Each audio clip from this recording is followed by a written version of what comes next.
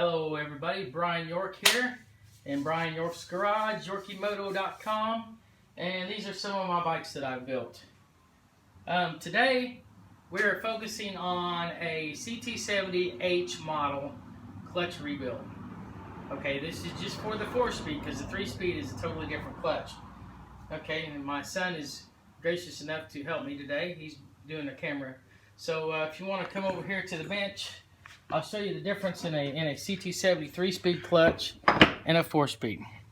Okay, now here is a 4-speed clutch. Okay, the top of it will look like this. Underneath this cover, there's a bearing here. When you take this cover off, there is a nut in there. When it's on the motor, you take the nut and the keeper off and pull the clutch off, and then pull all this off. Okay, this is for a 3-speed. See, a 3-speed will only have 3 holes, and a 4-speed will have 4 holes. That's how I know which it is. 3 holes, 3-speed, 4 holes, 4-speed. Okay, this one is missing a couple springs. They're right here. Now I want to show you why here in just a minute, because we're going to take this clutch apart. Okay, so we're going to start with the retaining ring. The retaining ring is real simple. You take a screwdriver and you pop this retaining ring a little bit, get it loose out of the groove here, go all the way around. Now pull this off. It has a little bit of pressure, but not bad. Okay, now you want to pay attention to how these plates come out. What you want to do is inspect it to make sure that there's no bad spots. Sometimes they get holes in them.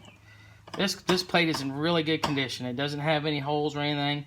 You can take some light 2000 grit sandpaper and kind of clean them off good. But this one is in really good condition.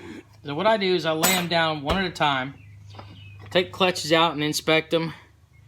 These don't have a lot of wear on them, but I'm going to have to replace them anyway because they're probably 30 years old. Okay, then you got your center plate. By the way, this clutch here, it's got a little bit of spotting on it, but don't have any craters or any holes. So I'm going to end up reusing these. I'm going to clean them up with a little bit of sandpaper later. But we're just taking it apart and visually inspect it. A lot of times you'll have burn spots on these if they're really bad. This clutch is not too bad. It's still, the discs are pretty good on it. Okay, then you have a middle piece which just kind of lays in there. And then you have this, the whole top clutch disc assembly, which is just one piece, and there's 4 springs, and then there's 4 of these little springs that goes inside of it. Okay, once you've taken this basket, you can take this basket, put in a sonic cleaner, and clean all the crud off here. Clean your gasket area. See all this built up in here? I always take that all apart and clean it. Now I'm going to show you how to reassemble it. And you can get these self-help books up here like these, and they'll tell you exactly how these go back in, so you know exactly what order they're supposed to go in.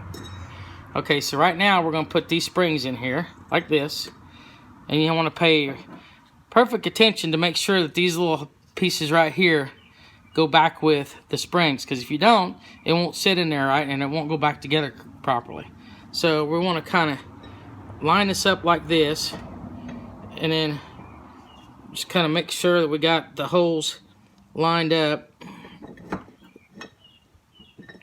just like that. And when it goes down like this, you'll make sure it goes down good and flat. See how it's good and flat there? Okay, so now another important thing. When you put the new discs in, you want to take them and soak them in oil. I don't have any oil in here right now, but I'm going to clean this out and put fresh oil in there. I put a clutch formulated 10W40. It has to be for clutches. You can't just use regular 10W40. You have to use a clutch oil, which I've got a can of it over here. I can show you what it looks like.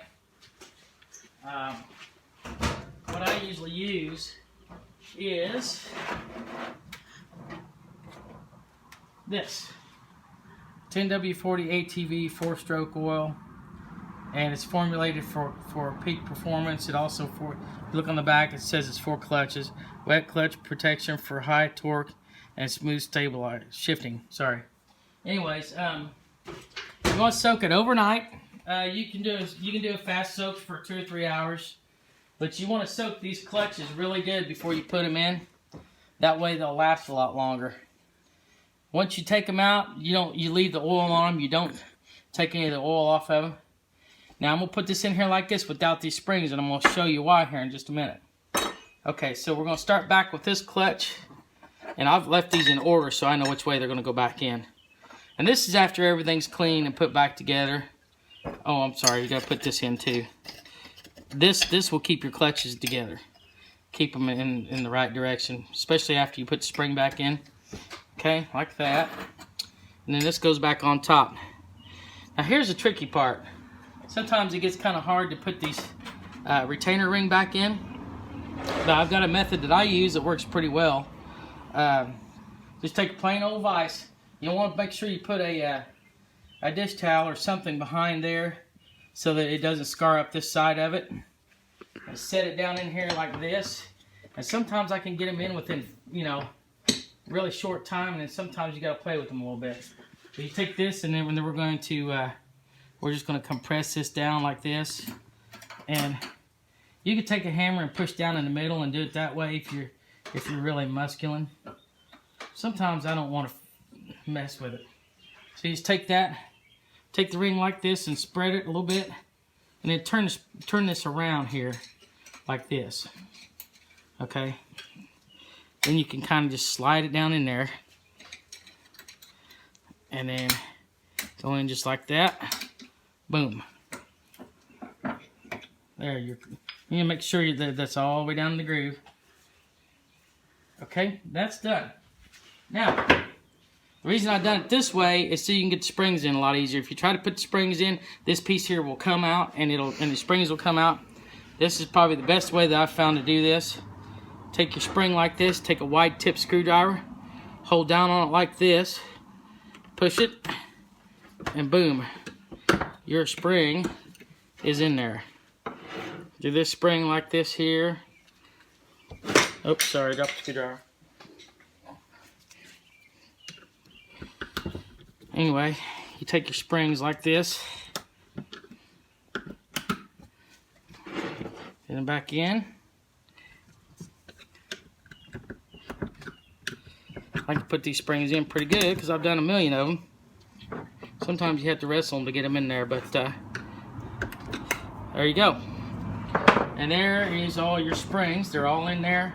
They're all in good and tight. Now make sure you get them in the hole and make sure they fit good. But yeah, springs are all done. Everything's in. Your rings are back on. Everything's back inside. This clutch is ready to install. So, if you have any more questions or anything, you can contact me, bryorky@yahoo.com. That's my email. Send me a message, or you can look me up on Facebook, Brian York. I do have a page called Yorkie Moto. Get on there and check out all my bikes. Thank you all very much for watching, and I'm out of here. See ya.